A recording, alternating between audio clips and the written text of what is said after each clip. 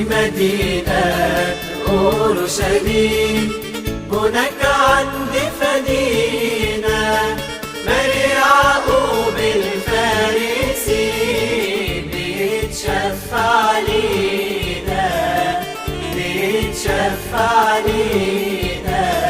كان جندي في جيوش ملك بلاد فارس، يعبد رب الجنود، فكان له حارس، فكان له حارس. ضعف ومال يعقوب عن حبه للإله،